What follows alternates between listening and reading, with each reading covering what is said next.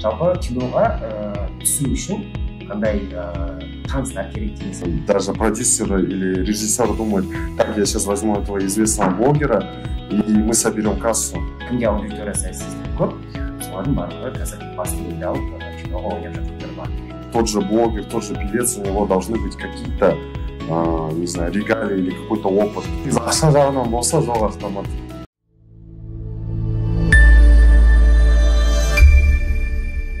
Құрметті достар, бүгін бізде қонақта подкастта Ноян өзіңіз туралы кішкене қысқаша нұсқа айта кетсеңіз. Саламатсыз ба? Шақырғаныңыз үшін рахмет. Менің есімім Ноян, жасым 24-те, Алматы қаласы тумасы. Жақын арада бір жыл болды, шамамен бір жыл Астанаға көшіп келгеніме. Өзім блогерствомен айналысам, предпринимательмін, цветочный магазинім бар. Одан бөлек стройкамен айналысам. Қазіргі таңда өз YouTube проектімді жүргізіп жатырмын. Жақын арада фильмде түстім, главный роль Қап-қарашқа Кубадан сәлем, өзіңіз көрдіңіз. Жалпы бүгінгі подкастта біз негізі киномен және кино әлемдегі жаңалықтармен бөлісіп отырайық. Жалпы бірінші сұрақ. Жалпы киноға түсу үшін қандай таныстар керек деген сияқты, или оған отдельно оқу керек па, әлде блогер болған жеткілікті ба, мысалы, жалпы өзіңіз көзқарасыңыз қалай? Меніңше кинода қазір көбісі актерлерді бар өзіміздің қазақстандық, и қазір көбісі блогерлерді ұмытылып жатыр кино жағынан. Кімге аудиториясы әсерінен көп, солардың барлығы қазір басты рөлді алып киноға ойнап жатқандар бар. Және ол кинолар өзіңіз де білетін шығарсыз, көбісі провальный болып келеді. То есть касса жағынан қатты көп жинай қоймайды. Шыққаннан кейін 2-3 күннен кейін уже провальный болып кетеді. Сіздің жалпы көзқарасыңыз қалай, жаңа өзіңіз айтып кеткеніңіздей, өзіңіз киноңызда туралы қысқаша айта кетсеңіз? Жоқ, негізі, если так взять, нужно подстраиваться под век. Допустим, сейчас очень сильно развито именно блогерство, даже продюсеры или режиссер думают, так, я сейчас возьму этого известного блогера, и мы соберем кассу. Но на самом деле нет, не так по-любому. Тот же блогер, тот же певец, у него должны быть какие-то, не знаю, регалии или какой-то опыт, там хотя бы актерские курсы прошел, либо ораторское мастерство. Все равно это на площадке сказывается. По себе скажу, хоть я проходил актерские курсы, проходил ораторское мастерство, у меня все равно были немного сложности. Но, думаю, на кадре не смотрелось, все говорят, очень хорошо отыграл, но внутри себя я знал, что мне еще нужно работать и работать.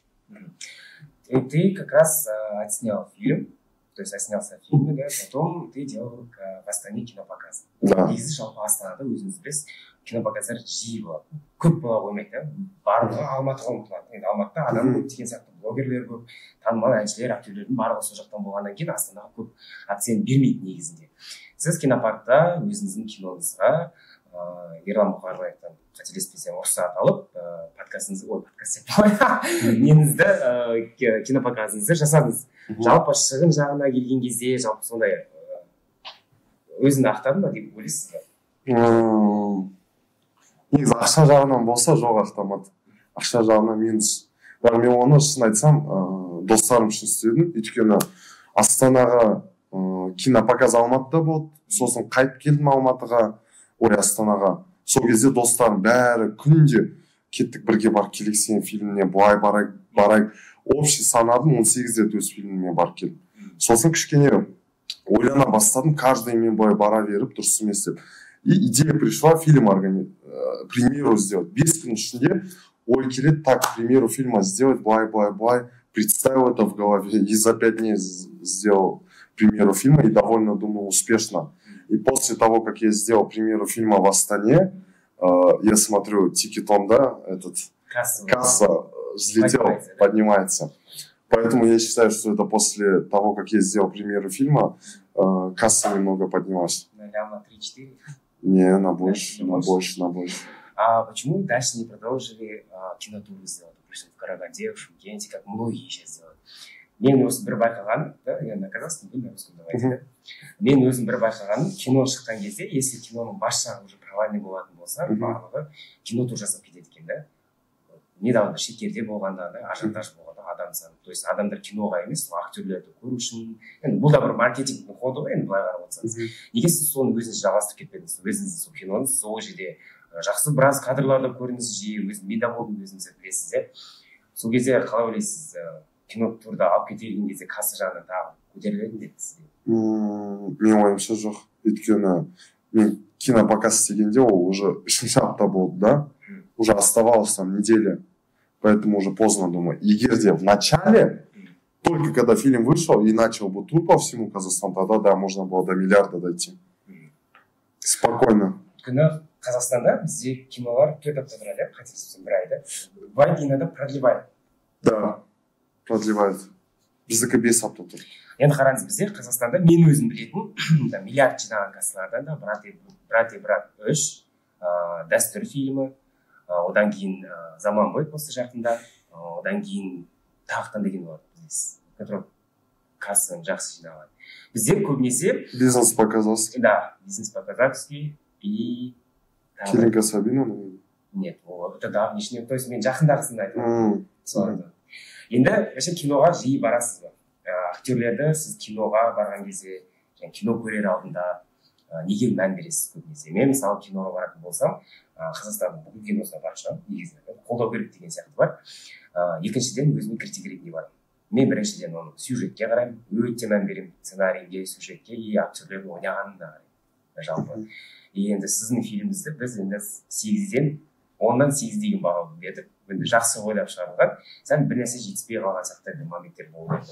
Ал қазір өзіңіз байқап отырсаңыз, Қазақстанда киноларды шетелде түсіретін болған. Таиланд, Дубай, Турция, тағы да басқа жерлерде түсірілген, Кореяда деген сияқты. Ол өзіңіздің ойыңыз қалай дейсіз? Ол касса жағына келген кезде тиімді ме? Әлде адамның кішкене ой дүниесін өрістіру үшін басқаға елді көрсете ме?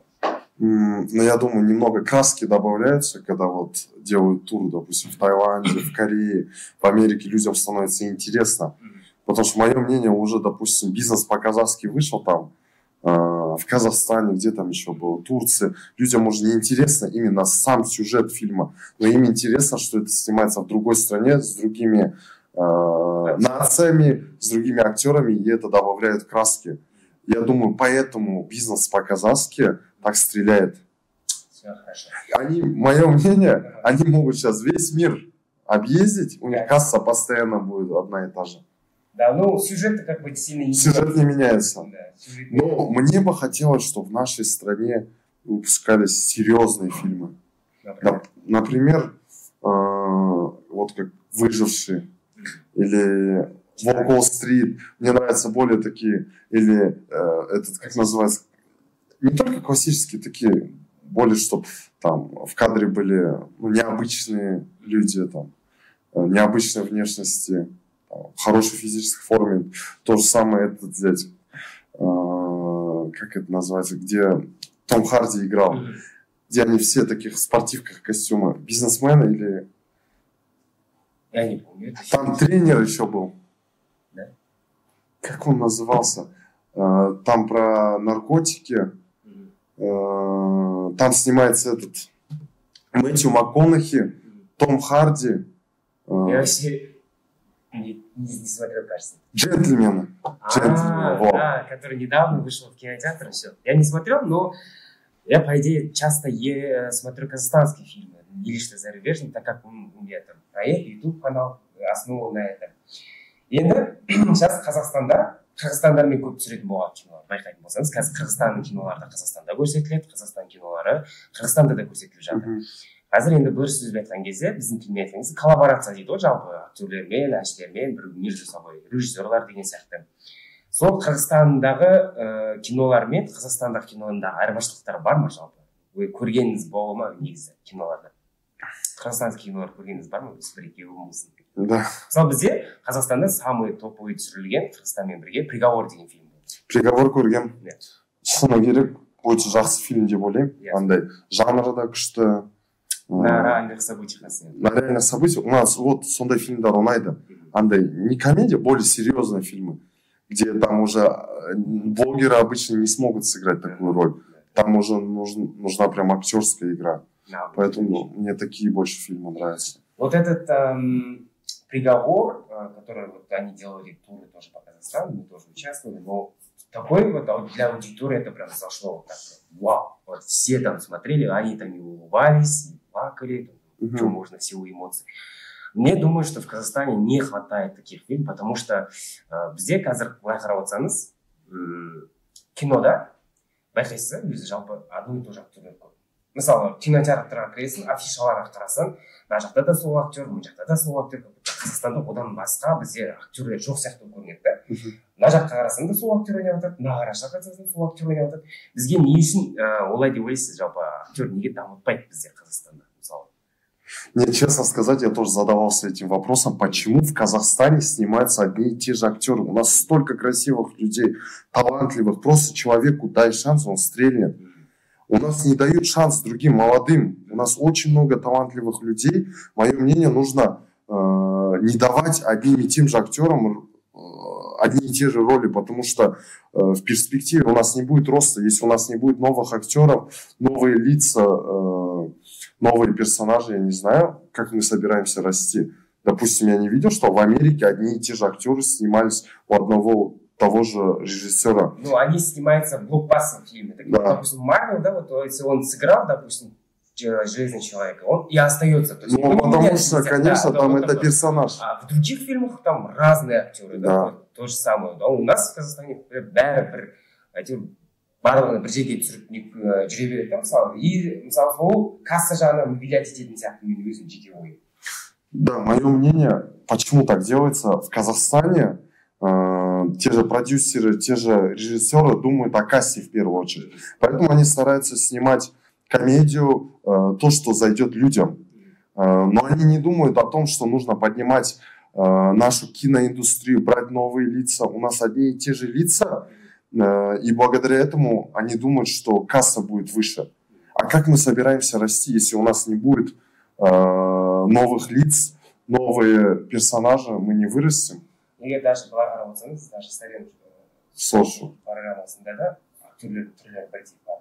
Жартысынан көп сериалында сол түскен актерлер, сол то есть жаңадан адамның түрлері жоқ. Жақтан да білесің, и как будто олардың сол рөлді қайтып ойнап жатқан сияқты көрінеді уже адамдар, көре берген сайын да. Енді қайтып кинопоказға оралатын болсақ да, жалпы мен өзім Дюна деген кино бар ғой, бізде жақында шыққан Дюна дейді.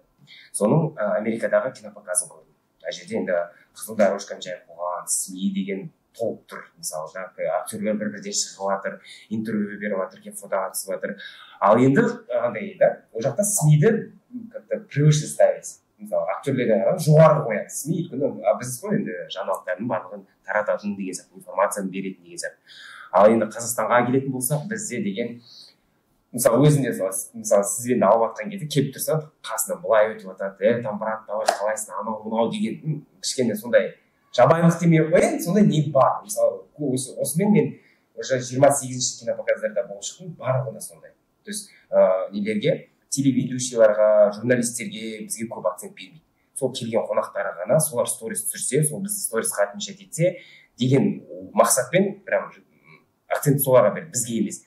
Соны сіз қалай ойлайсыз жалпы? Сіз де істедіңіз ғой, сізде де болды, біз де келдік деген сияқты. И сізде де сондай момент болып қалды, что біз сізді көп күтіп қалдық деген сияқты нәрсе болды. Одан кейін сіз уже киноға уже сахнаға шығып кету керек болды деген сияқты. Сіз де неге СМИға акцент берген жақсы, или сіз де ойлайсыз ба, СМИ типа ниже, чем мысалы шақырылған қонақтар деген сияқты?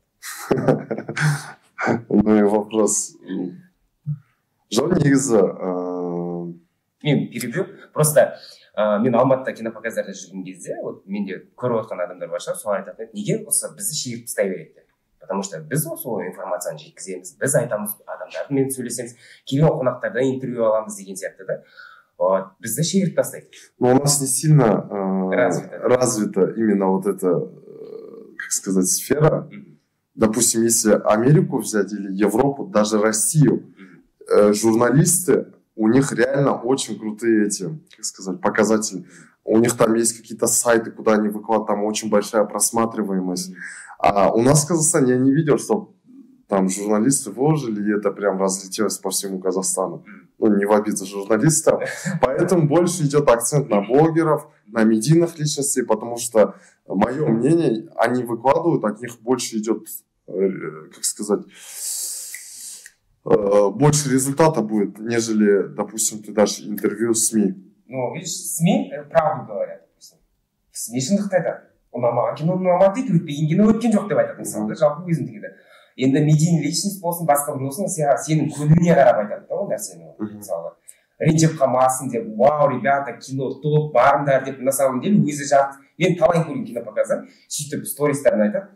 Ребята, кино деген топ, барыңдар көріңдер дейді да, өздері сол киноның даже жартысынан көрмей шығып кете салады мысалы. Ашық шындық, сторис түсіп кету керек болады. А СМИ дәл конца отырады. Біз өйткені акцент береміз. Біз деген мысалы не береміз ғой енді оценка береміз, иә, ой пікірімізді айтамыз деген сияқты. Сол жағы бізге кішкене қиындырақ еді, соны айта кетейін деген осы. Бір подкастымда ұстап айтып алған дейсіз ғой. Жалпы негізінен жоқ, мен сізде ұнады, негізі кинопоказында бардым ғой, мен сол маған өте ұнады. Кассада неплохо істеді вроде. Да, прям сильно же переживали.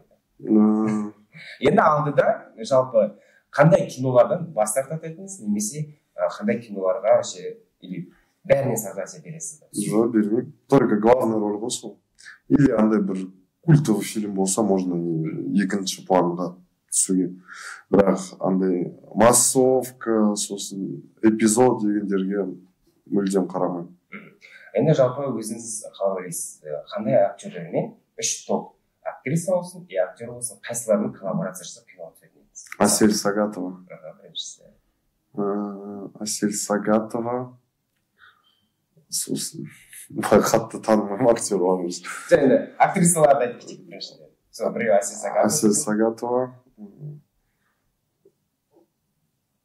Мен қатты танымаймын шын кетсе. Апақ келіндегімен бірге түскен алсақ. Ну, Фатима болады, негізі, Фатима. Болады негізі. Ja, мақсат Фатима көріп отырса, маса дейсің. Үшіншісі? Үшіншісі... Кім бар тағы өзі?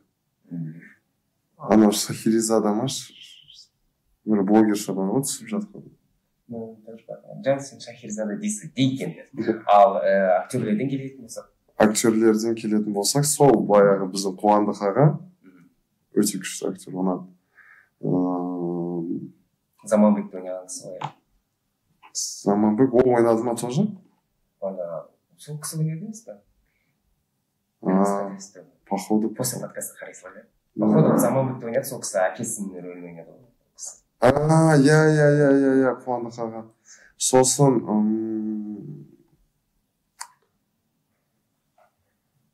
Жастар жағы. Тоқтар, наверное. Еркебұлан Тоқтар. Иә, болады. Бүкіл жерде Тоқтар. Бүкіл кинода, бүкіл рекламада, бүкіл жерде. Сосын... Тәуекел Муслим, не? Тәуекел Муслим. Именно андай медиа жағын айтып отырмын мен. А если брать таланты актеров, то мүлдем басқалар болады. Кімдер? Мысалы, Ильяс Асқар, Санжар Мади. Сосын анау Америкада түсіп жүрген аты кім еді, молодой.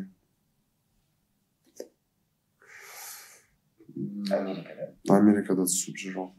Бай қатты медиа не развит, но актерлардың ішінен таниды оны бәрі. Атын ұмытып қалдым шынымен кетсе. Енді мысалы сериалдарға келетін болсақ, сізге қандай сериалдарға? Бүкіл сериалға түсетін жалпы. Сізге түсінген бойынша главный роль берсе болды, а сюжетке мән бересіз? Сюжетке мән беремін. Андай өзіме под свой тип келетін фильмдарға түсетін едім. Мысалы, американский нелерді айтатын болсам, маған андай рөлдер ұнайды. Волк-Уолл-стрит. Да, Ди Каприоның мысалы рөлі. Либо Тор. Тордан бөлек Крис Хемсворт, Капитан Америка. Андай қандай фильмдарға түседі, сондай ұнайды. Том Харди. По идее, любой фильм маған ұнайды. Ол түсіп жатқан. Дуэйн Скала Джонс. Қазіргі түсіп жатқан фильмда бұрынғы емес, ең бастаған кезде. Бұрын бәріне түсе беретін ғой. Потом Дуэйн Джонсон, сосын этот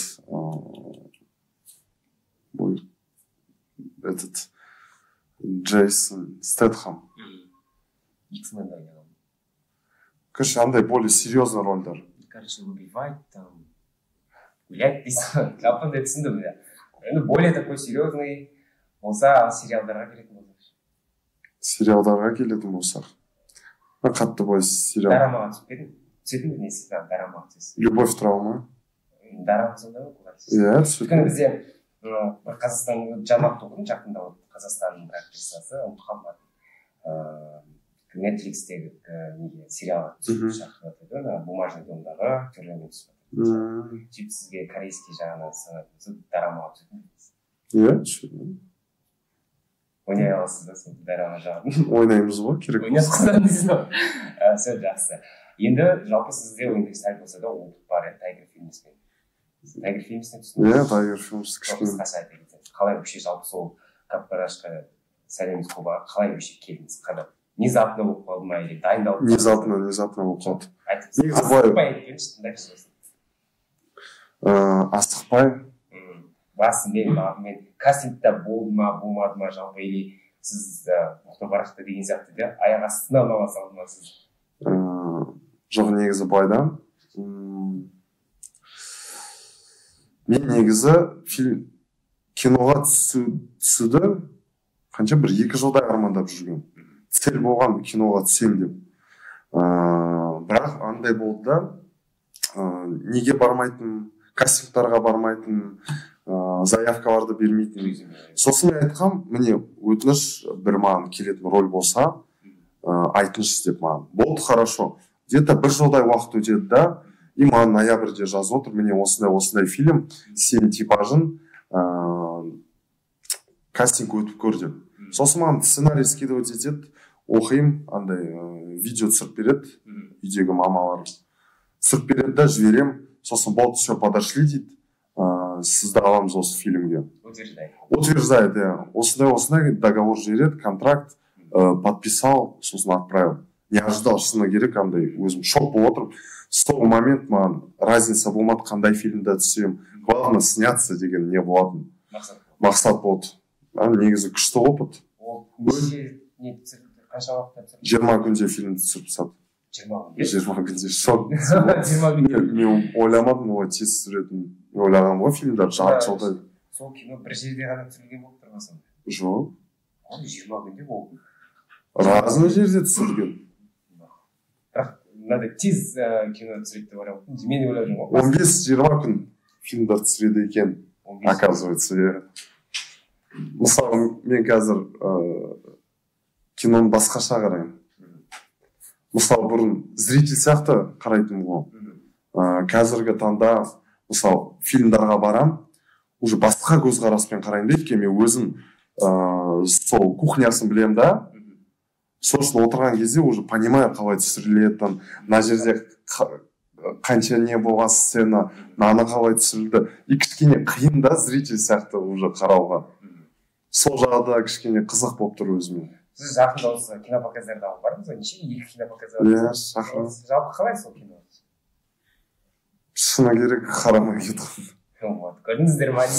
Негізі жалпы атмосфера дегенде, қалай айтсам, бізде Қазақстанда өте қазір кинолар көп түсіріп отыр. Бірінен-бірі шығып жатыр, құдайға шүкір. Бар, жеткілікті, бірақ олар не запоминающий, еске халықтың есінде қалып жатқан жоқ. Жалпы түсіріледі, көріледі, кетіп қалады деген сияқты. Енді хоррор жанына келетін болсақ, бізде жаңа түсірді, сол дәстүрді түсірді, дәстүрден кейін бізде Құмалақ деген кино түсірілді, тоже шыққан бетінен сразу провальный түсті. Жеңіс Мақашев знает, десем ма, ренжімеңіз, ол кісімен де тоже, ол кісі де продюсер, ол кісі мен жұмыс жасағанбыз, кинопоказда болған кезде көрдік, киноны да тоже провальный кино да. Бірақ енді провальный кино түсірілген сайын оларды тоқтатпайды. То есть провальный кино болып жатса да, оларды тоқтатпайды с надеждой, что когда-нибудь, никогда-нибудь жақсы болып кетеді деген сияқты да, түсіріп опыт аламыз деген сияқты. Бірақ менде көбінесе Қазақстанның актерлерімен жаңа ойнатқан кездегі мамай жаттан да сөйлейтін сияқты көбінесе. Қалай? Жаттан да сөйлейтін сияқты да. То есть неестественно, то есть волю они не сильно так выживают. Или мы чересчур насмотрелись зарубежные фильмы, чтобы мы уже отличаем, либо не замечаем. Вот, допустим, момент, который должен передаться этими эмоциями, допустим, жылау керек, соның эмоциялардың болса, бізде дұрыс жеткізе алмайтын сияқты. Қарайсың, и мысалы, не жылағың келіп тұрмайды, мына жерде бір андай сезім оянбайды да. Вроде как ты көресің, и все деген сияқты ғой, мысалы. Соны айтып отырмын да, мысалы. Мысалы, Қырғызстандағы Пэш деген фильм көрдіңіз бе?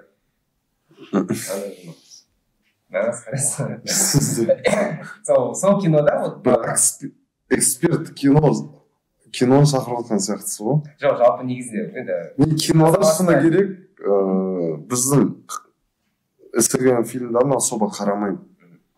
Бірақ анда-санда тырысамын баруға, андай поддержка ретінде касса жинасын деп. Бірақ көбінесе сол американ фильмдерін қараймын. Өте ұнайды өзіме.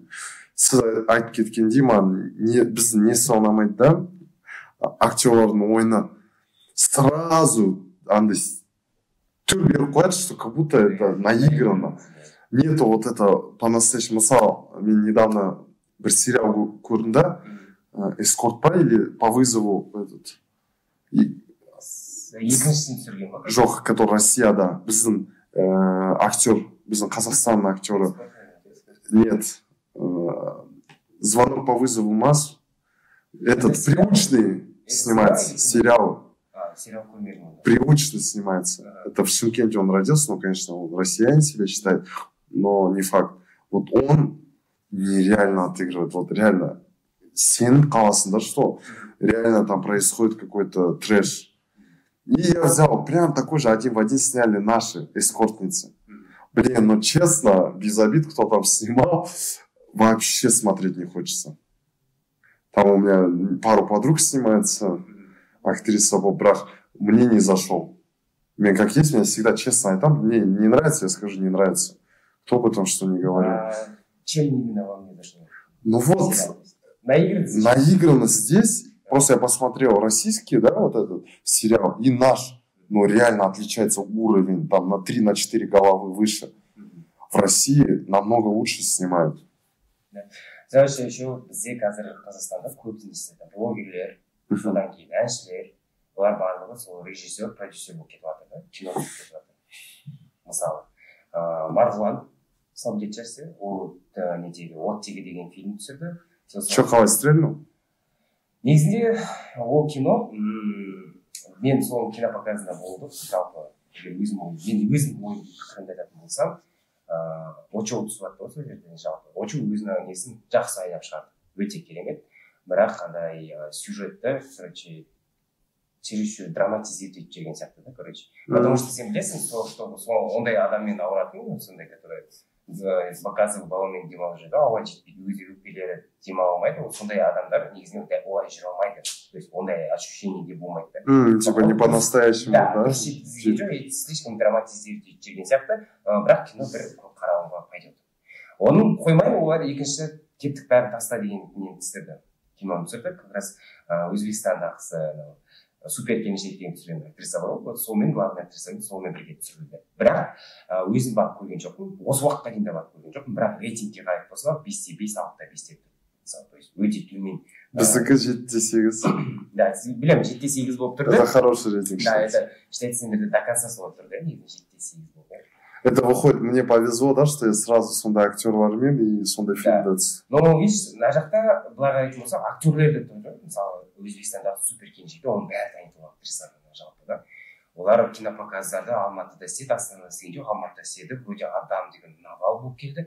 Бірақ андай кинода адамдардың отзывын оқисың ғой, вроде все пишет хорошо, и потом уже начали там типа не очень деген сияқты, типа сондай нәрселер көп пайда болып кетті да. И сіздің көз қарасыңыз қандай жалпы, это вы одобряете, то что мысалы блогер болып жүріп продюсерге ауысып кете салу, блогер әнші болып жүріп кино түсіріп кету деген сияқты нәрседен, например.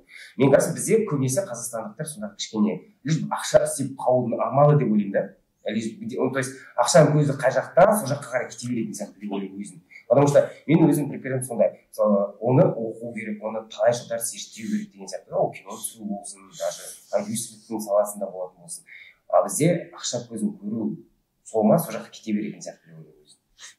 Бізде даже кинолардың көбісі однотипный ғой, комедия, семейный жанрлар, тағы.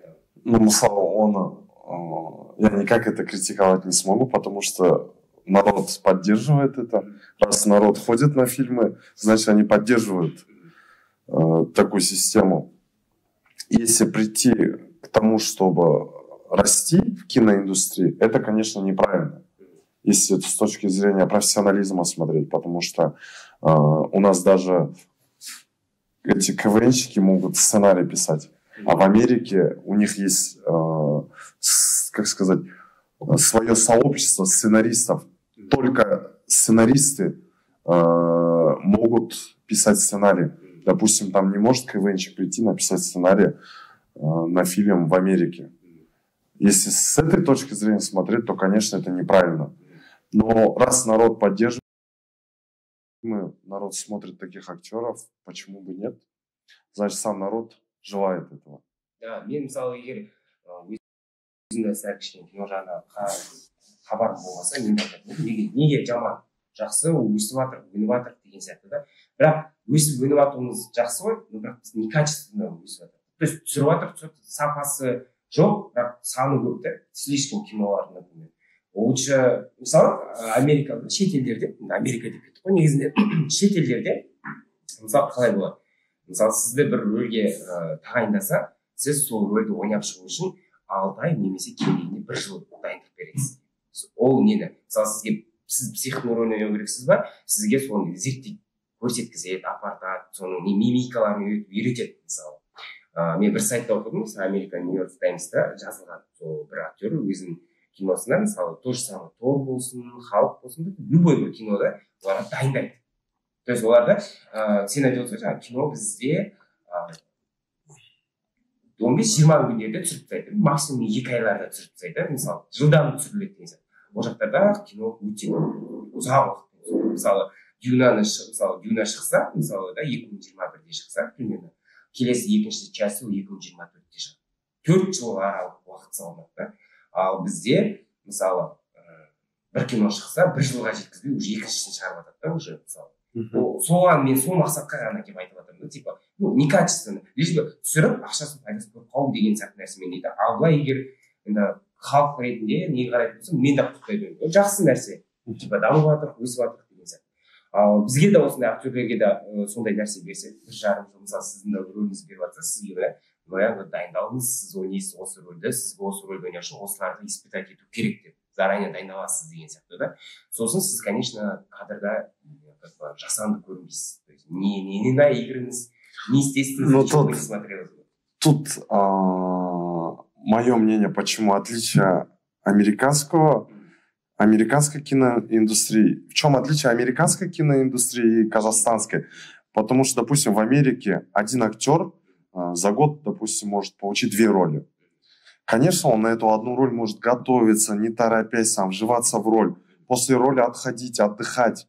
А у нас как в Казахстане? У нас ты снялся в одном фильме, все, тебе нужно на 2-й фильм идти, потому что финансы не позволяют, чтобы ты в год в одном фильме снялся. Вот недавно случай был, у нас премьера фильма, наши актеры не приехали. Один там, тамада тойда, другой там на другом проекте. У нас условно там из 8 актеров только пришли 3-4. Это вот зависит от того, сколько платят в Казахстане. У нас в Казахстане очень мало платят. И ты не можешь на эти деньги существовать. Негізінен жаңағы сіз дұрыс айта кеттіңіз, бізде кинопоказдарда көп болады, актерлер, режиссерлер дегенді былай тұрсын, біздің өзіміздің актерлерімізді жан-жақты ғой негізі. Ол керек, мысалы, қазіргі жартысынан көп актерлерді тоже қазір вайн түсіріп кетіп жатыр, потому что олар біледі, осы блогерскілердің арқасынан реклама арқылы ақша табуға болады. Бір нәрсенің амбассадоры болуға болады деген сияқты да. Сол себептен мен кажется, сол акцент сол жаққа қарай береді. Енді кино әлемінде, мысалы, бізде последний соңғы бір жыл дейікші, мысалы, қатты мен вау деген кинолар көрген жоқпын. Мысалы, Оян қазақ болды, Дәстүр, Брат и брат 3, и то тоже, знаешь, Дәурен Серғазин шығарды деп ойлаймын сол киноны, қалғандары так чересчур наигранность. Даже сөйлеген өзді, ты че деп осылай бар, водительдің рөлін ойнаса да чересчур кіріп кететін сияқты рөлді. Ты че деп қойып тұрып та, ондай со стороны көрген кезде кіре алмайсың да, и ананың атмосферасын түсіне алмайсың.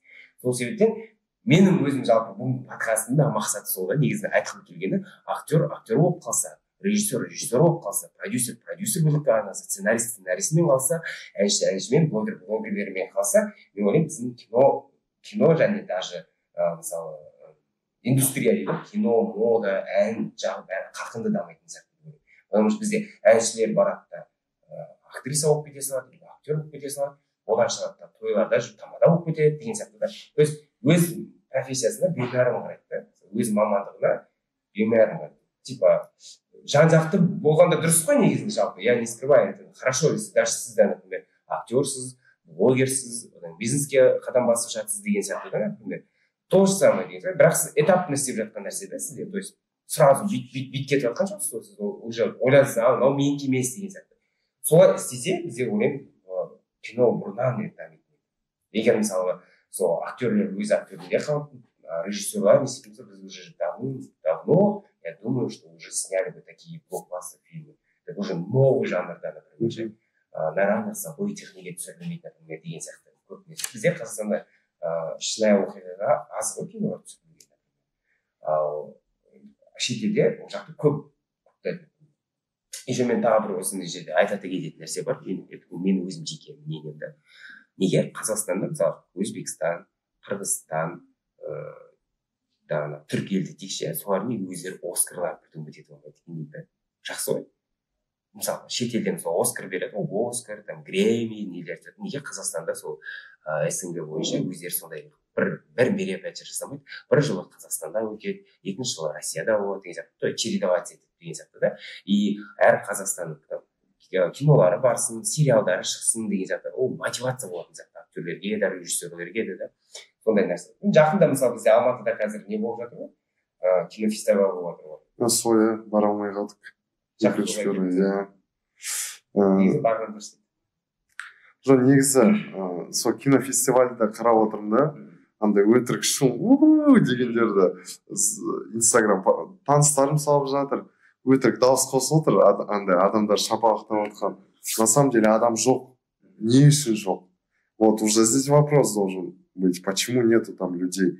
Потому что Қазақстанда неинтересно болып жатыр. Сол үшін болмай тұр адамдар. Мысалы, Америка, Европа, даже Россияны алшы, сондай кинофестиваль істесінші, полный забито будет адамдармен. Қызықта ол жерде. У нас маркетинг слабый. Допустим, сол кинофестивальда особо я не видел рекламы. Да, ол бір басталуына бір жұма қалған кезде ғана инстаграмдарын ашты, тұр етіп салды и слабо. Да, өте мысалы. Андай, как будто дұрыс мән бермеді. Өткізіп тастау керек. Для галочки. Да, для галочки, чтобы осы нәрсе өтсе. Бірақ не тұрау күшті да, андай призы. Мысалы, тоже сделать в СНГ, андай какое-то мероприятие тоже. В СНГ лучший актер деген мысалы. Өте қызық болады да адамдарға. Мотивация будет у людей. Мысалы, бәріміз шетелге қызығамыз. Неге соны өзімізге істемеске деймін да? Мысалы, жас актерлер, жыл актері, жыл киносы, жыл сериалы, допустим, актерлерді бөлдер, жас, ортаңғы, үлкен кісілерді актерлер болып, әкесінің рөлін ойнайтын дегендер, сол кісілерге де акцент бер, ортаға да бер, жасқа да бер деген сияқты. Мен кажется, сол кезде біздің кино, біздің не дамиды, адамдарға да қызығушылық. Ол жерде мысалы, бізде мысалы мероприятие, мысалы, если шыны керек, бізде мероприятияның барлығы ақшаға істеледі. Концертте сразу ақша, бәрі ақша ғой, мысалы. Шетелдерде тегін көрсетеді барлық нәрсені. Жартысынан көп нәрсені тегін көрсетеді. Оның, значит, ол жақта спонсорлары жақсы деген сияқты да. И, соответственно, СМИ тоже там. Мысалы, қазір примерно Зендей шықсыншы бір киімде. СМИ барлығы айтады жан-жақта. Барлығы айтады СМИ. Вот, онан да киім кепті, осы жаққа ақша құтыпты, осында кіммен келді, кіммен шықты деген сияқты да. Мен де негізі кино показдар жүрген кезде мақсатым сондай болған дейді. Бірақ Қазақстанда бізде ондай жоқ. СМИге де тоже акцент берілмейді деген сияқты өзіңіз айтып отырғаныңызда. Сонымен жалпы Қазақстан киносын сәл өзгерту үшін сіз үшін үш топ нәрсе қалай дейсіз? Үш нәрсе қоссақ, осылай өзгереді ау деген ой бар ма? Қандай? Первое. Дать шанс другим новым лицам. Второе.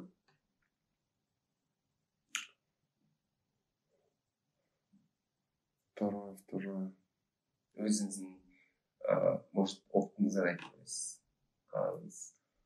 Ну, наверное, не жалеть бюджет, потому что многим режиссерам урезают бюджет и они максимально пытаются под этот бюджет подстроиться. Это, наверное, второе. И третье, мне кажется, нужно больше серьезных фильмов. На реальных событиях, там, детективные, потом... Да. Ужастики, но ужастики у нас, я скажу, слабо. Не умеем мы ужастики вообще снимать. Ну вот, хотя бы начать со сложных фильмов. Трейлер, там, не знаю. Тоже попробовать снимать вот, типа, лакшери фильм, как «Волк Уолл-стрит», брать более таких интересных личностей, там, с интересной внешностью, с хорошей физической формой, деп өзіңді тоже жүрсе, да? Дальнейший керек болып қалады. Да, вот. Новые лица, шанс дать молодым. Да, потому что уже неинтересно, вот честно, заелось уже вот эти одни и те же актеры. Я вообще, в принципе, қарағым келмейді, когда одни и те же лица. Мен сізге басындағы әңгіме кезде айтқан кезде соғы одно и то же актерлерді көрді. Аттарын айтпай ақ қойып, өздері де халық та біліп отыр, бізде қазір қарап отырған адамдар да уже мысленно мына жерге келіп жатқан шығар, мынау деген сияқты. Өйткені олардың рөлдерін уже жаттап алады да. И мысалы сол адамды көре как будто уже ол рөлге не меняется, ауыспайтын сияқты. Ол ойнап жатыр, бірақ сенің көзінде визуально көрген кезде ол кісі өзгеріп жатқан жоқ. Сол қалпы ойнап жатқан сияқты көрінеді да, мысалы жалпы. Сол сіз айтқаныңыздай жаңағындай жастарға көп, жастар демей ақ қояйық, жарайды. Жалпы жаңа актерлерге, адамдарға акцент көп берсе, бюджет, сол киноның бюджеттен аямай жақсы не беріп отырса, и және актерлер, режиссер, продюсерлерге мотивация ететіндей жаңа осындай жылына бір рет мероприятие жасап отырса, мысалы бізде қызық дайындық жасайды, мысалы сериалдарға, актерлерге, нелерге акцент береді. Ну, Қазақстанның ішінде ғана да.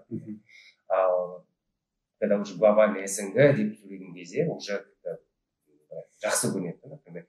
Мысалы осы жақында деймін, жаздың кезінде бізде Комик-кон Астана болды, например. Сонда бізде шетелдер келді. Шетелден актерлер келді, там Перси Джексон бе, сол келді, короче, неде ойнаған, Уэнсдейде ойнаған, сосын Марвелда ойнаған актер, солар келді, например, ол жақтарын ұмытқан. Но бірақ СМИ деген бар. Бізде ма? Жоқ, шетелден келгендер. Олар, жаңағы сол актерлер, біз мысалы отырдық, біз 48 адам болдық. 48 адам. Мысалы, сіздің алдыңызда 48 камера, 48 адам. И барлығы сразу.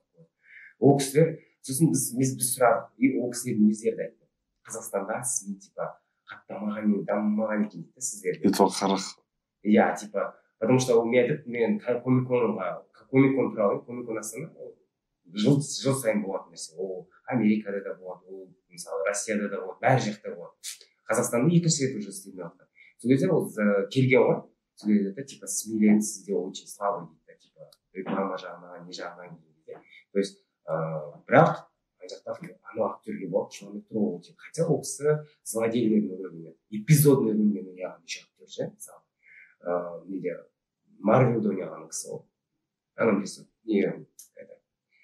инопланетян бар ғой, жақсы көтереді, миллиард. Сол актер ғой жалпы. Еще макияжбен жүргенде ғой. Камбой деген бір киноларды ойнаған, мысалы Қазақстанда қазір көрген Талпа деген очек. Сол кезде СМИ ретінде біз де бардық. Сол кезде СМИлер сізде қатты, сіздерде қатты дамымаған. И то даже андай адам болған. Да, вот это типа сұрақтары да однотипный. Мысалы мен сұрақ қойып жатсам, дәл сол адам сол сұрақты қояды. То есть андай жоқ та, типа чередовать ету деген сияқты немесе басқа деген сияқты нәрсе жоқ. Бізде мен өзім де байқадым. А у них там уже заранее подготовлено. То есть адамдар бар да ол жақта ше. Мысалы қазір айтады бізге ноян келеді, мысалы сенің толық информацияны береді. Біз мысалы жазып келетін болсақ, олар на ходу дайындайды сол жерде сұрақ. Мысалы береді екен, как он рассказывает. Мысалы не береді сенің данныйыңды. Ноян мысалы осындай актер, осындай мысалы киноларға түскен, осындай наградалары бар, семейный положениесі осындай, қазіргі ситуациясы осындай, СМИда қандай шум болды, типа глобальный жаңалықтар болды, типа вот этот актер упал при нәрсе, того сбил, анау деген, даже сондайға дейін не береді екен акцент, прикиньте. Сол кезде келіп қойып, алдарына сол информацияны жайып береді, СМИдің дальше жалғастырады сол нәрсе. Сол кезде бізге де солай берді. Біз қарап отырдық та уже мына жерде сұрақтардың бірін-бірінен уже алып тастап, мынау қойды ма, уже мынау қоймаймыз деген сияқты. Солай істеп отырдық. Сол кезде маған мына сұрақ қойды. Қазақстанда жалпы актерлерді жалпы танисыз ба дедім. Сосын Қазақстан актерлерінде мен бөлек кино сериалдарды көрдіңіз ба дедім. Одан кейін егер біздің режиссерлар продюсерлер сізге ұсыныс тастаса Қазақстанға келіп түсетін бе едіңіз деген. Үш жоқ па? Үш сұрақ. Иә, жоқ деді бәрі. отырықта рахмет бұл сұрағыңызға. Енді мен Қазақстанды енді ғана көрдім дейді, кірген бетінен Игорь Кочевник болады ол кезде, мен бастағайын деп жатыр. Соны көрдім дейді, рекламасы дейді. Прям әсерлі, не оймен қатын Игорь Кочевниктеріміз көруге келетін едім деді. Егер Қазақстанның актерлерімен түседі десе, танымаймын деді. То есть мен Қазақстан актерлерін ренжімесін олар, бірақ мен танымаймын дейді, бірақ возможно түсіп көруге болады деді. Егер режиссерлары предлагать ететін болса киноға, надо посмотреть деді. Это смотреть қандай кино. Нет деді ғой. Примерно сондай. Сосын біз сұрадық, типа тағы Қазақстанға келетін ойыңыз бар ма деген сияқты. Типа фан встреча құрасыз ба, анау мынау деген кезде қысқадан нұсқа айтты. Осы сентябрь айында, осы предстоящий болған кезде Лондонда ғана болады. СНГ-ге келем дейтіндей ойым жоқ деді ол қысқадан. Дұрыс. Өйткені ол кісі кино жағынан не істеген кезде көрді ғой, жалпы мен өзім түсіндім. Профессиональный актер өзінікіне жаңа айта кетті да, то есть мен киноға дейді дайындалу үшін 6 ай уақытым кетеді. Даже злодейдің рөлін ойнауға өзім түсіндім. Ой, даже злодей ойнайсың ба? Өзі, когда он былай сұрақ қойды, айтады да, типа, сіз киноға рөлді сценарийін алған кезде қолыңызға сразу ойнап кетесіз бе, или сізге қандай да бір уақыт керек па деп сұрады. Бірақ еще ағылшынша қойды. То есть сол кезде ол кісі айтады, no, то есть мен сценарийін қолға алғаннан кейін 3 немесе 6 ай соған дайындалады. Бізде ғой это Қазақстанда бір читка болды, дайынсың. Ол кісі сөйтіп айтады, типа, маған соған дайындалу керек. Шыны керек. У меня есть цель в 2025 году еще 2 раза сняться в кино в главных ролях в Казахстане. Одновременно я буду изучать английский язык. И дай Аллах, в 2026 году я уже поеду в Америку, потому что я уверен, что у меня внешние данные подходят, физическая форма. Немного поработать над актерскими навыками, над ораторским мастерством. Я уверен, что стрельнуть можно в Америке. Потому что в Америке такая внешность, как у меня, очень ценится. Азиатская внешность, там, физическая форма. Если внешние данные у тебя есть, уже 50% успеха, что ты 50% того, что ты сможешь там пробиться. Дальше уже зависит от тебя, там, речь, актерские навыки, коммуникация, как ты общаешься, агент обязательно должен быть. Поэтому думаю, вот так. Да, я вам в 26 году поеду. Нет, в 25-м я хочу в Казахстане добиться чего-то. Там и по Инстаграму, и по актерским навыкам. И уже с миллионом поехать туда, 1 миллион подписчиков. Чтобы хотя бы меня здесь кто-то знал. Негізінде подкастты мысалы қорытындылай кететін болсақ, жалпы біз енді әңгіменің басында Қырғызстан кинолары туралы айттық, иә, жалпы кішкене саған тоқталып кетсек, енді Қырғызстанда бір рет береміз, 2 рет уже кинопоказында болдық. Там желает лучшего, наилучшего. Енді өте андай жаман әсермен келдім ол кино жақтан, потому что организатор жақтары, тағы жақтары өте нашар ғой. Мысалы, сен өзің киноға показында 100-ден жоғары адам жинап, олар қателеспесем 180, иә. Ал біз барған кинопоказда 100-ге де жеткен жоқ болады. То есть ол жақта бізде хоть Қазақстанда кинопоказдарға дайындалып келеді ол адамдар, иә. Мысалы, сіз шақырса, сізді дайындалып келіп, сторисқа оны айтып, одан кейін сторис түсіріп, ойыңызбен бөлісіп істейсіз. Қазақстанда болған кезде ондай біз әсер көрмедік. Мен СМИ ретінде болады, мысалы. Сол кезде был очень такой, типа, мәссаған.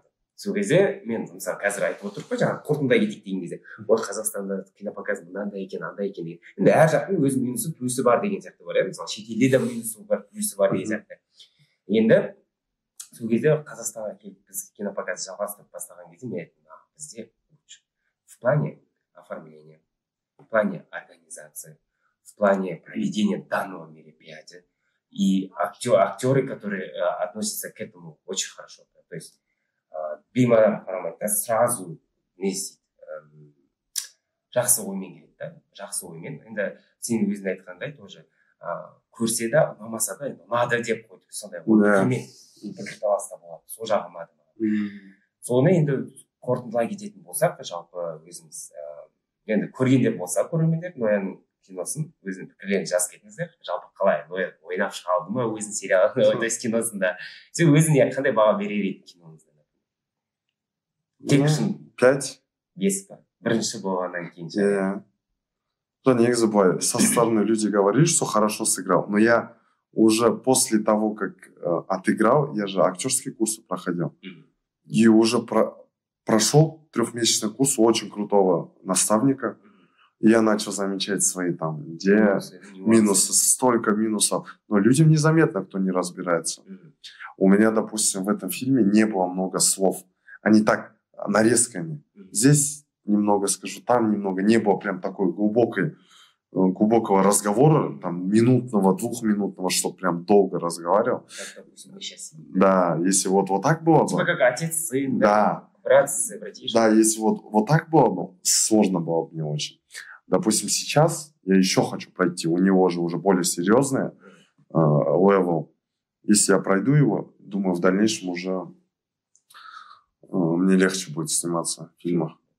А сериалах тоже самое. В сериалах тоже самое? Негізі осы киноларда гонорар көтересіз ба, әлде? Көтерем, конечно. Көтересіз. Көтерем. Гонорар не үшін көтеріледі? Қалай білесіз? Медийность. Медийность көтерілген сайын сіздің гонорар. Мысалы, блогерлерге де сондай ма? Мысалы, жоқ. миллионный аудиторияларға сонда гонорар көп бола ма, әлде? Солай, Қазақстанда солай. Мысалы, я теперь знаю, что я очень ценный актер, потому что, как минимум, там ко мне приходили, например, в Алмате, в Астане очень такие знаменитые люди. Благодаря мне там большие охваты были. И за счет этого мое мнение, что я очень ценный актер. Как минимум я видный, как минимум я смогу охваты поднять, пригласить гостей и всячески рекламировать самому. Я не видел, что там у нас актеры прям так рекламировали. Вот да, у нас единственное, кто делал, это я. И поэтому я считаю, я очень ценный актер, поэтому в дальнейшем, если меня будет приглашать на фильмы, задешево я не пойду. Только за высокий чек. То есть, егер киноға шақыратын болса, сіздің уже өзіңіз жеке прайсыңыз дайын тұр дейсіз. Дайын тұр, да. Жақсы. Енді мынандай сұрақты айта кетейік. Жалпы кинодан бөлек, киноны қойдық. Модельный агентство жағымен айналысқаныңыз болды, енді бизнеске кетіп жатсыз. Да. Жалпы сол жерден сәл кішкене қысқа айтып кетсеңіз, басында айттыңыз, енді мен бизнеске де бастап жатырмын дедім. Ол неге акцент көп бересіз? Ол бизнесіңіз жаңағы актерлік салаға қатысы бар ма, жоқ па деген, тікелей қатысы жоқ па деген сияқты қалайсыз, айта кетсеңіз осы. Не, в Акансове многие уходят в бизнес. Оны мен де соны байқадым. Өздеріңкін істеп. Да, вначале. Пенсияға шыққан сияқты ғой. Ну да, вначале ты, допустим, развиваешься, этим занимаешься, тем занимаешься, но в Акансове ты все равно уходишь в бизнес. Потому что для себя делаешь как минимум бизнес. Для чего люди открывают бизнес, чтобы оставить какой-то след за собой. Ну, по-любому, там, допустим, какой-то бренд открыл, его качаешь, там, люди, узнаваемость появляется. И за счет этого я тоже потихоньку ухожу в бизнес, потому что это более серьезнее, по финансам там намного больше прибыли. И как минимум ты какую-то ценность несешь, экономику поднимаешь в стране, поэтому бизнесмен это тот, кто поднимает экономику в нашей стране. Поэтому я считаю, бизнес это конечный итог, да. Енді подкастымызды осымен аяқтайық, бірақ аяқтамас бұрын сізге мынандай сұрақ жалпы аудиторияға қарап, мысалы енді ғана бастап жатқан актерлер бар, актерскийда оқып жатқандар да бар, блогерлер бар, блогерлер деген қазір блогердің саны өте көп болып кетті ғой негізі. Но бірақ бастап жатқан осы блогерствомен айналысып жатқан адамдарға қандай өзіңіздің кеңес бересіз? Блогерствомен айналысып жатқандармен, айналысып жатқан адамдарға, актерге оқып жатқандарға, мысалы да бизнеске енді бастайын деп ойланып жүрген адамдарға, осы 3 адамдарға каждыйына жеке тоқталсаңыз да болады, немесе общий 3 кеңес айтып кетсеңіз. Это независимо от сферы, 3 топ-совета, да? Или можете на каждому акцент дать? Да нет, тут в принципе нет такого прям, в любую сферу ты бы не начинал, там по-любому все 3 вот эти качества должно быть. Это первое, это дисциплина. Вот какая бы сфера ни была, дисциплина это самое важное, потому что у кого нет дисциплины, они в долгосрок не смогут дойти. У нас мотивация же, типа, у нас дисциплины, да, хромает, да, они все на мотивацию вешаются. Да, у нас многие люди вот на одной мотивации думают, что они далеко пойдут, но на одной мотивации ты не уедешь, поэтому дисциплина это самое важное, как Криштиану Роналду. Не просто так он долгие годы, до 40 лет играет на топ-уровне, это дисциплина. Второе, это вот брать и делать просто, вот, не бояться, не думать. Вот. Идея пришла, просто делать. Там многие анализируют, там, считают, так, вот здесь ошибку могу сделать, вот здесь это, вот здесь то. В основном такие умные люди, они не добиваются успеха. Говорят, что дураки в основном успеха добиваются. С этим я соглашусь, нужно просто брать и делать. Третье, это, наверное, вера, постоянная вера в себя. Вот кто бы что ни говорил, у меня очень много есть моих братанчиков, которые сомневаются, говорят, что ты неправильно делаешь. Ну, они твердые бизнесмены, и поэтому они мне так говорят. Но я верю вот в свою идею, я верю и никого не слушаю. Вот 3 совета. Которым начинающим или которые действующие. Которые вообще в любой сфере, начинающие, там, продвинутые, разницы нет.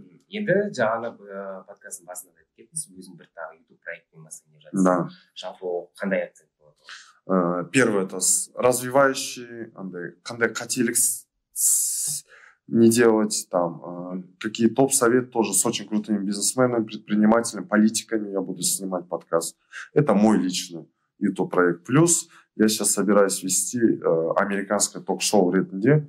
Там очень интересно сюжет будет, где будет. Там.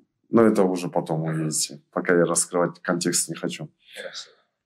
Енді осы келіп бізге подкаст беріп бірге отырып уақытыңызды бөлгеніңізге көп рахмет. Шақырғаныңыз үшін рахмет. Ойлаймын енді сіздің киноңызды енді біз де болып көрдік. Өте керемет шыққан. Аралда талай биіктерде көріне беріңіз. Енді тағы да бұл біздің бірінші подкаст болмай қойсын. Тағы келген кезде уже басқа да көзқараспен, басқа жаңалықтарыңызбен бөлісіңіз деген сияқты. Жалпы келіп не істегеніңізге рахмет. Ал сіздер болса, Ноян туралы жалпы қандай ой пікірдесіздер, киносына барып көргендер болса, ол пікірлеріңізді жазып кетіңіздер. Сонымен бізді Қазақстан киносын қолдайық, Қазақстан сериалдарын қолдайық. Жалпы айтқанда Қазақстанымыздың киноиндустриясын көтеруге бірге атсалысайық. Сол себептен кинодан қалмай барыңыздар. Қандай кино болса да, тек қана сол шындық отзывпен, шындық ой әсермен қалдырып кетсеңіздер болған. Все, рахмет.